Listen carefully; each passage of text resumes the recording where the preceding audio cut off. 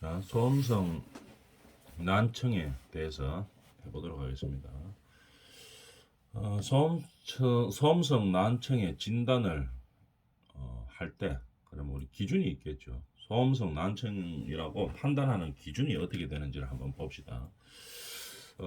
수능 청력 검사를 통해서 합니다. 청력 검사를 하는데 어떻게 하는 방법은 뭐 이렇게 되어 있죠. 소음성 난청은 청력도에서 기도와 골도의 차이가 보이지 않고 뭐 전음성과 뭐 어쩌고 저쩌고 이렇게 하는 골도 청력이다.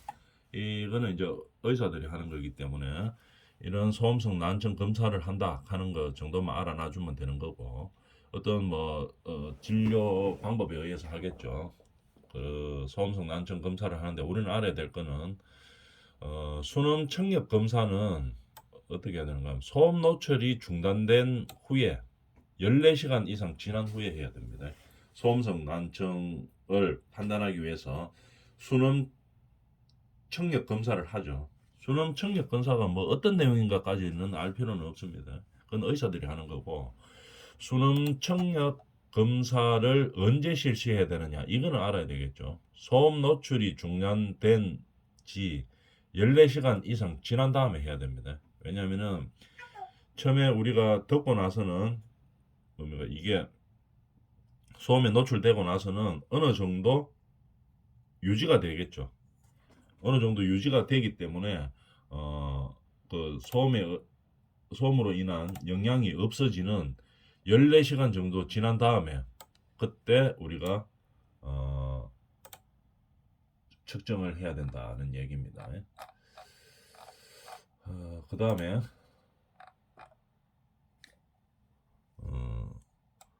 특수건강진단에서 소음성 난청의 판단 진단 기준, 이거는 우리가 알고 있어야 되겠죠. 소음성 난청이라고 판단할 수 있는 기준이 뭐냐 한번 봅시다. 청력 검사 결과 헤르츠마다 500, 1000, 2000 헤르츠마다 조금씩 다르죠. 이거 4000 헤르츠에서 다르고 500, 1000, 2000 헤르츠에서 조금 다릅니다. 청력 검사 결과 500, 1000, 2000 헤르츠의 평균 청력 손실이 30dB를 초과하거나 아니면 4000Hz에서는 50dB를 초과하면 소음성 난청 유소견자로 판정하는 겁니다. 자, 다시 한번 정리해보면 수능 청력 검사를 실시를 합니다. 어떻게 하는지는 우리가 뭐 의사들의 그 진료 방식에 의해서 검사를 하게 되겠죠. 수능 청력 검사를 했는데 우리가 안전관리자나 보건관리자들이 알아줘야 될 것은 이거죠. 청력 검사를 언제 실시하느냐? 소음 노출이 중단된 지 최소 14시간이 지난 다음에 해야 되는 거고, 소음성 난청의 진단 기준이 어느 정도 돼야지 소음성 난청이라고 보느냐? 500, 1000, 2000Hz에서의 평균 청력 손실은 30dB를 초과하는 경우입니다. 4000Hz에서는 50dB를 초과하는 거죠. 이렇게 되면 소음성 난청의 유소견자라고 보는 겁니다. 이 표로 이제 정리되어 있죠. 한번 봅시다. 고음력, 회화음력 이렇게 되어 있죠. 고음력에서는 아까 여기 뭡니까 4000Hz죠. 4000Hz. 고음력에서는 50 이상이 돼야지, 50dB 이상이 돼야지 우리가 소음성 난청의 유소견자로 판단하는 거죠.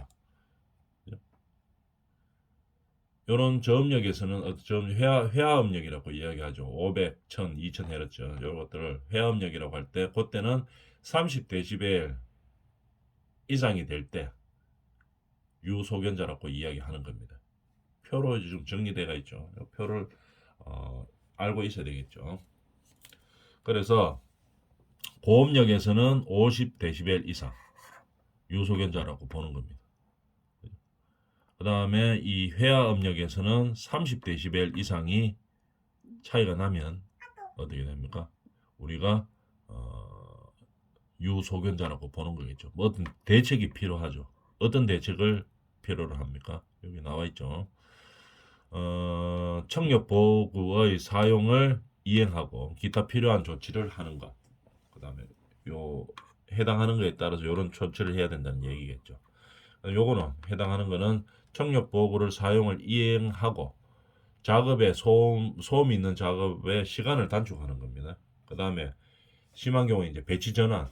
이 근로자는 더 이상 이 소음이 있는 곳에서 일해서는 안 되죠. 그래서 다른 쪽으로 배치를 하는 거죠. 다른 업무를 하도록. 왜냐하면 소음의 난청이 발생할 가능성이 있고 아니면 좀 진행된 걸로 판단이 되는 상황이죠. 그래서 더 이상 해서는 안 된다. 이렇게 해서 이제 근무를 배치 전환을 시키는 거겠죠. 그 다음에 기타 필요한 조치를 강구해야 됩니다. 이런 식으로 우리가 수능 청력 검사를 한 이후에 기준이 있죠. 그 청력 손실 기준에 따라서 필요한 조치를 해야 된다. 요 표를 이해하고 있어야 되겠죠. 요 정도 차이가 날 때 어떤 조치를 해야 되는 거냐. 그럼 조치 내용을 한번 봅시다. 그러면 그렇게 심하지 않을 때는 뭐를 합니까? 청력 보호구를 사용하는 거죠. 제일 큰 것이 큰 피해가 아직까지는 없을 때는 청력 보호구를 사용하는 겁니다. 그 다음에 좀 피해가 많다고 생각이 되면 청력 보호구로 안 되겠다 이런 판단이 들면 어떻게 합니까? 소음 작업의 시간을 단축하든지 아니면 배치 전환하든지 아니면 필요한 강구를 조치를 해야 되죠. 뭐 입원 조치를 한다든지 아니면은 뭐 몇 개월간 치료를 받는다든지 아니면 정심한 경우에는 뭐 우리 현장에서는 더 이상 근무하면 안 된다 이렇게 뭐 퇴사 조치를 권고한다든지 뭐 이런 식으로 조치가 필요하겠죠. 그래서 이 기준에 따라서 조치를 해야 된다 하는 얘기입니다. 소음 부서 배치할 때, 소음이 나는 부서에 배치할 때 고려해야 할 질환이 어떤 것이냐, 어떤 질환이 있는 근로자는 배치하면 안 된다 하는 거, 이런 거를 알고 있어야 되겠죠. 자, 청력 검사 결과 6분법에 의한 평균 청력 손실치가 30dB 이상인자, 이런 사람들을 배치할 때 진짜로 배치해도 될지 안 될지 이걸 고려해야 된다 이 말입니다. 6분법에 의한 평균 청력 손실치가 30dB 이상. 그러면 우리가 6분법이 뭔지를 알아야 되겠죠. 자, 6분법이 뭔지를 한번 봅시다. 6분법. 6분법은 요 나눠요. 6분법이란 500Hz와 4000Hz의 청력 역치하고 500Hz와 4000Hz의 청력 역치하고 역치가 뭡니까? 데시벨 떨어지는 걸 말하는 거겠죠. 위에서 했었죠. 그 다음에 1000Hz와 2000Hz의 청력 역치를 구한 다음에 어떻게 합니까?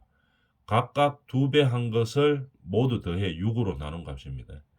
요값과 요값에 청력 역치가 있죠. 500Hz와 4000Hz의 청력 역치가 있겠죠.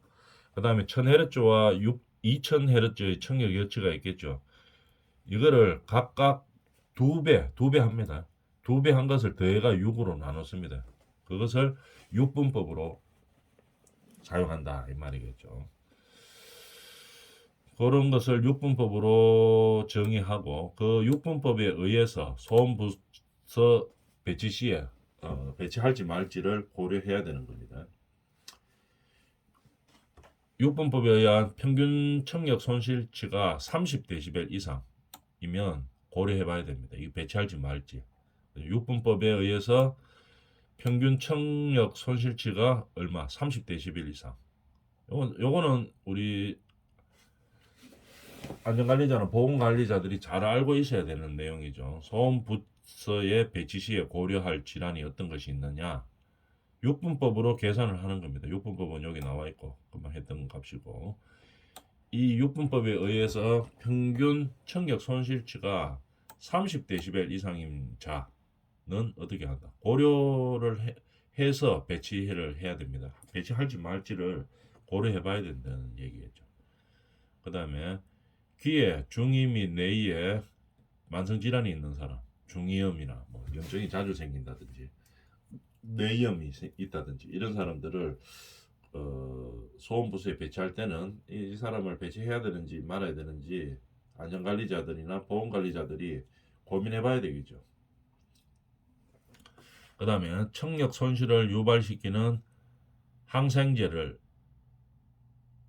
등의 약물 중독자, 청력 손실을 유발시키는 항생제를 늘 써야 되는 사람들, 이런 사람들 조심해야 되겠죠. 배치할지 말지. 그 다음에 기타 의사가 인정하는 질환자. 이래서 우리는 뭡니까? 요 내용을 좀 잘 알고 있어야 된다는 얘기겠죠. 소음부서 배치 시 고려할 질환이 어떤 질환을 있는 사람을 배치 시에 고려해야 되는지 알아봤습니다. 소음성 난청의 업무상 질병 인정 기준에 대해서 한번 볼까요? 소음성 난청의 보상 기준은 요 있네요. 보상 기준은 육분법에 의해 한쪽 귀가 최소 40dB를 초과하는 경우에 보상하고 있다 이 말입니다. 육분법으로 계산을 하는 거죠. 요 육분법 아까 이야기했던 육분법으로 계산을 해서 한쪽 귀가 최소 60dB를 초과하면 어떻게 됩니까? 난청으로 본다 이 말이죠.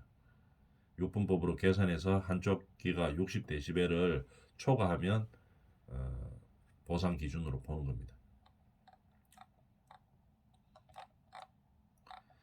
그 다음에 소음성 난청 예방 대책에 대해서 한번 볼까요? 그러면 우리는 안전관리자들은 이걸 잘해야 되겠죠. 소음성 난청을 어떻게 하면 예방할 수 있는지, 보험관리자도 마찬가지고 예방 대책에 대해서 한번 봅시다. 뭐 나오는 거 한번 볼까요? 우리나라의 소음 노출 기준에 대해서 보고 주요 소음원의 정밀 조사, 소음 방지 대책, 소음 개선 사례에 대해서 보는 거죠. 이게 중요한 내용이 되겠죠. 소음성 난청을 예방을 어떻게 할 것이냐.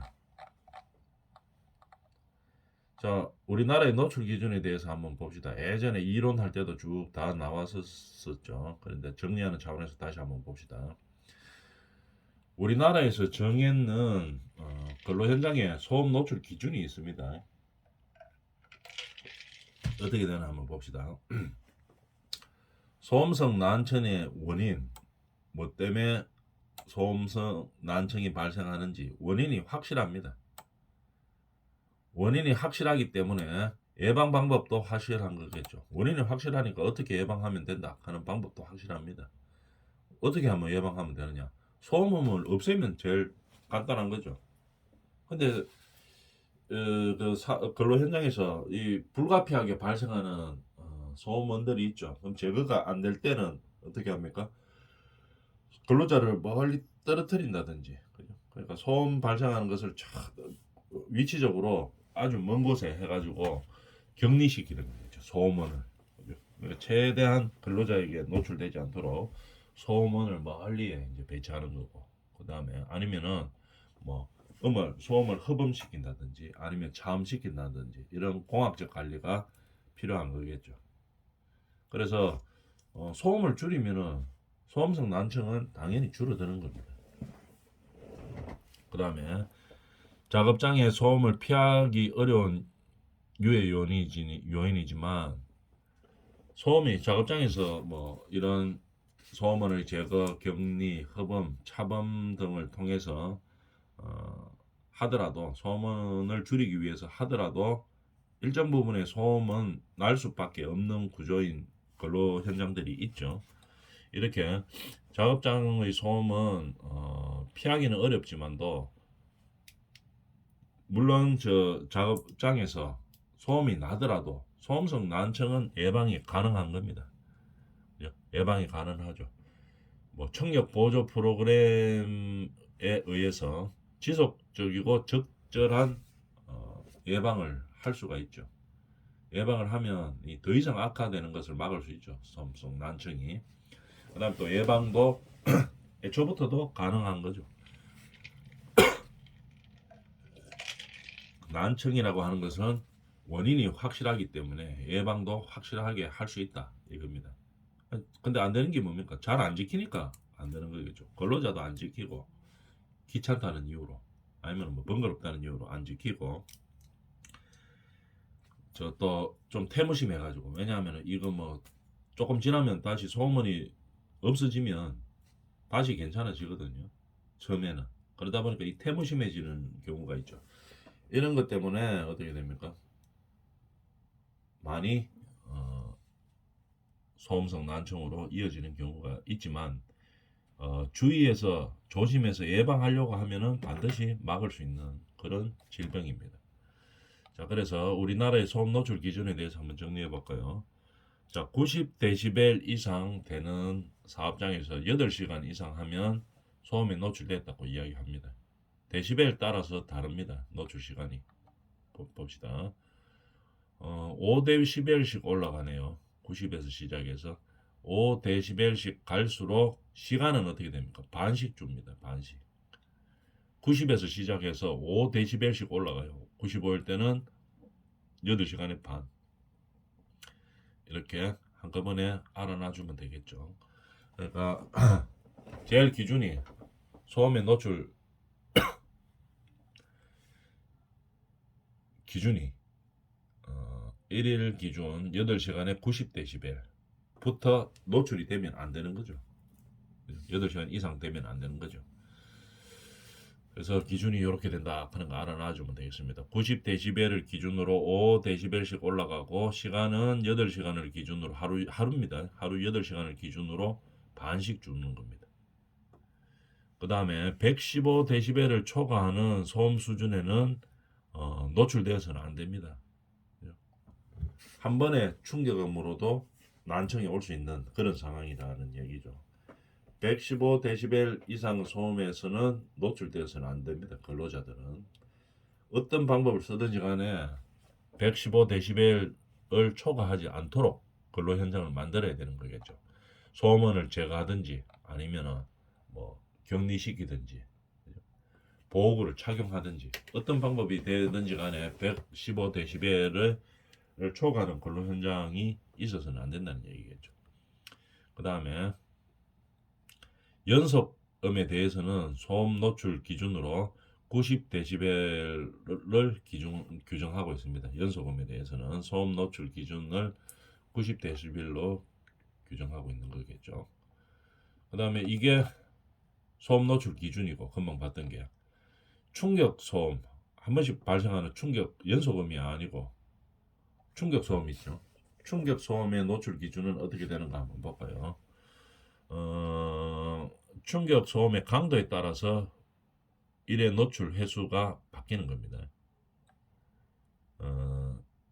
140데시벨일 때는 1의 노출 횟수가 100회, 130데시벨은 1000회, 120데시벨은 만회 이렇게 되어 있죠.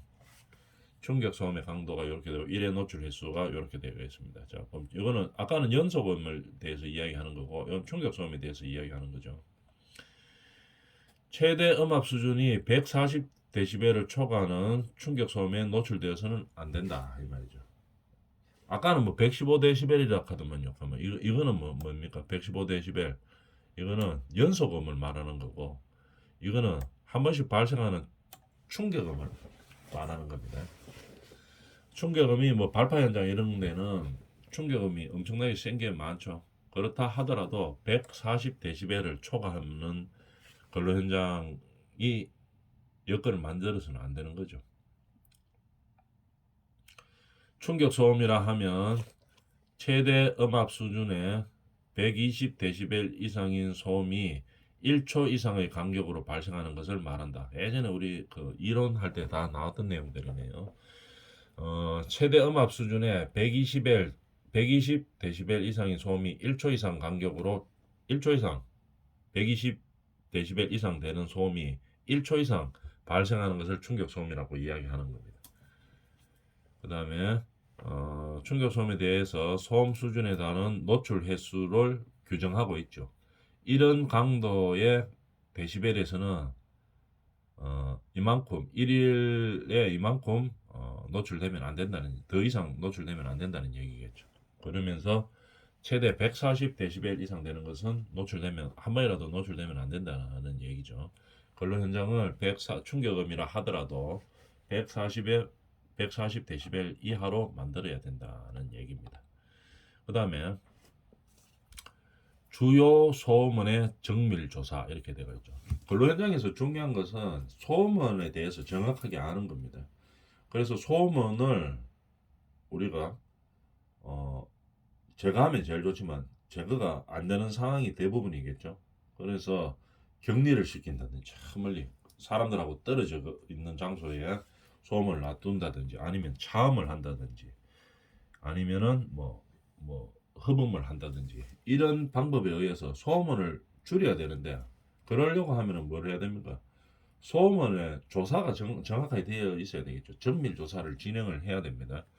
그래서 소음에 대한 상세한 정보를 확보하기 위해서 정밀 조사를 시작하는 거겠죠. 어떻게 하느냐? 이거 안전관리자들이 아주 중요한 업무로 해야 되는 거죠. 봅시다.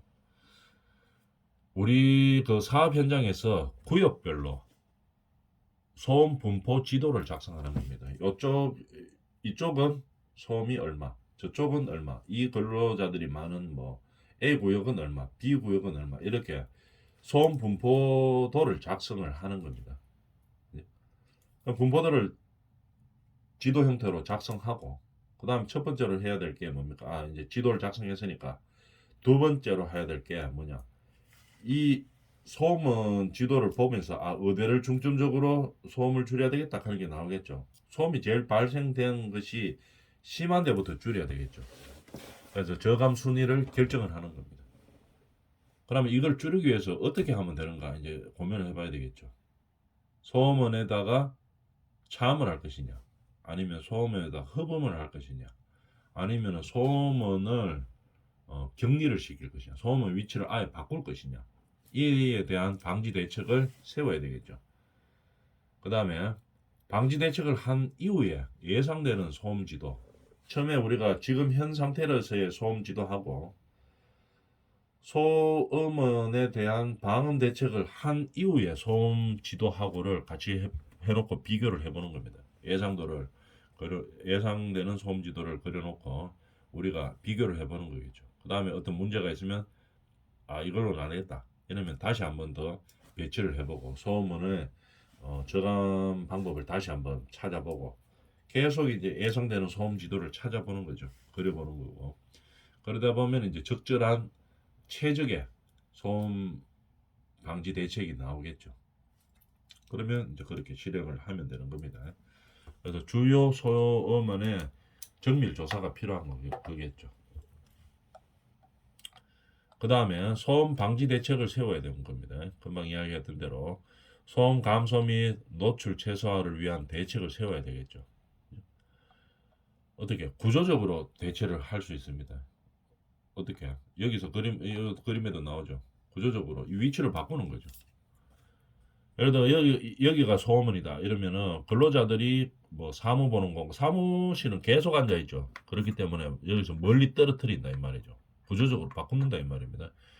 근로자들이 상주하는 공간들은 소음원에서 최대한 멀도록 하고 그 다음에 잠깐 이용하는 공간들은 뭐 어쩔 수 없이 이제 이쪽으로 가까운 쪽으로 배치하고 이렇게 구조적으로 바꿔 주는 겁니다. 구조적 대책을 세우는 거겠죠. 디자인 및 배치를 바꾸는 거다 이런 얘기겠죠. 그 다음에 소음원에 대한 대책을 세우는 거겠죠. 소음원을 뭐 어떻게 흡음 형태로 바꾼다든지 차음 형태로 한다든지 위치를 바꾼다든지 이렇게 소음원에 대한 대책을 세우는 겁니다. 그 다음에 자재 장비 및 작업 공정에 관련된 대책을 세워야 되겠죠. 자재나 장비, 뭐 작업 공정을 어떻게 해야 될 것인지 순서를 바꾼다든지 예를 들어가 뭐 동시에 막 해버리면 어떻게 됩니까? 같은 시간대에 모든 장비를 다 돌려라 이렇게 내가 막 급하니까 다 돌려라 이렇게 되면은 다 돌린 만큼 소음이 엄청나게 발생하겠죠. 그렇게 안 하고 소음이 너무 큰 거는 뭐 순차적으로 이 작업 끝나면 이 작업 해야 된다 이런 식으로 작업 공정에 관련된 대책을 세워야 됩니다. 그 다음에 기술적 관리적 대책을 세워야 되고 뭐 허범을 하든지 차음을 하든지 이런 관리할 때 그럼 예를 들어서 뭐 이 작업할 때는 근로자들을 이쪽으로 배치해서는 안 된다. 뭐 이런 관리들이 있죠. 너무 심할 때는 이제 다른 쪽으로 배치를 해야 되겠죠. 이런 기술적 관리적 대책을 가지고 소음 방지 대책을 세우고, 전파 경로에 대한 대책, 이 소음이 어떻게 전파되는지 방법을 알아보고 차단시킨다든지 뭐 벽을 세운다든지 이렇게 대책을 세워야 되겠죠. 그거 다 해놓고 그 플러스 해서 개인이 또 할 수 있는 개인 보호구를 지급해서 착용하도록 이렇게 하는 겁니다. 이런 식으로 소음 방지 대책을 세우는 거겠죠. 그래서 소음을 저감시켜서 근로자들의 건강 보호를 하기 위함입니다. 이번 시간에 여기까지 합니다.